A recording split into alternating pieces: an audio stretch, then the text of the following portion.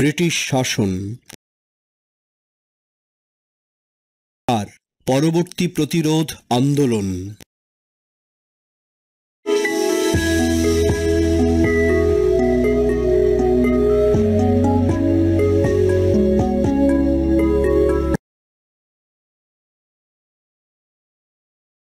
বিশ শতক পর্যন্ত ব্রিটিশ শাসনের বিরুদ্ধে আন্দোলন চলতে থাকে।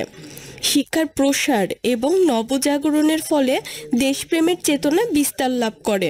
1885 সালে ভারতীয় জাতীয় কংগ্রেস নামে রাজনৈতিক দল গঠিত হয়। ব্রিটিশরা ভারতীয় জাতীয় চেতনার প্রসারে ভীত হয়ে পড়ে এবং 1905 সালে বাংলা প্রদেশকে ভাগ করে দেওয়ার সিদ্ধান্ত নেয়। একে বঙ্গভঙ্গ বলে। আসামকে অন্তর্ভুক্ত করে পূর্ব বাংলা অঞ্চল গঠিত হয়, কিন্তু এর বিরুদ্ধে প্রতিবাদ শুরু হলে 1911 সালে বঙ্গভঙ্গ রদ করা হয়, অর্থাৎ দুই বাংলাকে একত্রিত করে দেওয়া হয়। রাজনৈতিক আন্দোলনের পরবর্তী ধাপ ছিল 1906 সালে ভারতীয় মুসলিম লীগ নামে রাজনৈতিক দল গঠন। ভারতের বড় আন্দোলনগুলোর মধ্যে ছিল স্বরাজ আন্দোলন, অসহযোগ আন্দোলন এবং সশস্ত্র যুব বিদ্রোহ।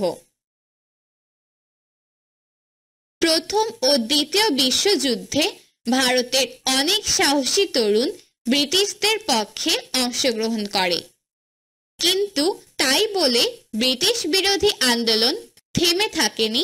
স্বাধীনতার জন্য ভারতীয়দের আন্দোলন চলতে থাকে। রাজনৈতিক আন্দোলনের তৃতীয় ধাপে নেতৃত্ব দিয়েছেন নেতাজি সুভাষচন্দ্র বসু এবং শেরে বাংলা একে ফজলুল হক। এ সময়ে রবীন্দ্রনাথ ঠাকুর, কাজী নজরুল ইসলাম, বঙ্কিমচন্দ্র চট্টোপাধ্যায় ও শরৎচন্দ্র চট্টোপাধ্যায় প্রমুখ লেখকের কবিতা, গান ও লেখার মধ্য দিয়ে বাঙালি স্বাধিকার চেতনা আরো বেগবান হয়। নারী জাগরণের অগ্রদূত বেগম রোকেয়া এ সময় নারী শিক্ষা প্রসারে গুরুত্বপূর্ণ ভূমিকা রাখেন।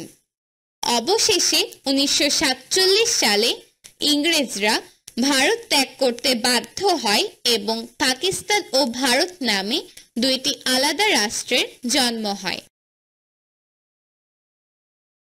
এসো বলি।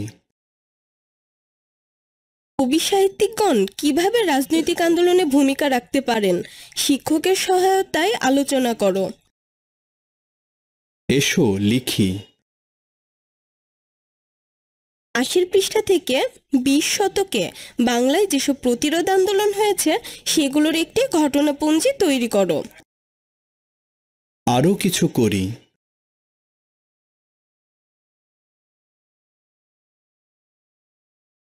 বাঙালির স্বাধিকার আন্দোলনে রবীন্দ্রনাথ ঠাকুর, কাজী নজরুল ইসলাম এবং বেগম রোকেয়া গুরুত্বপূর্ণ ভূমিকা রেখেছেন।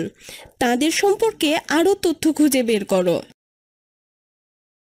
যাচাই করি। সঠিক উত্তরের পাশে টিক চিহ্ন দাও। নিচের কোনটি বাংলার নবজাগরণের সাথে সম্পর্কিত?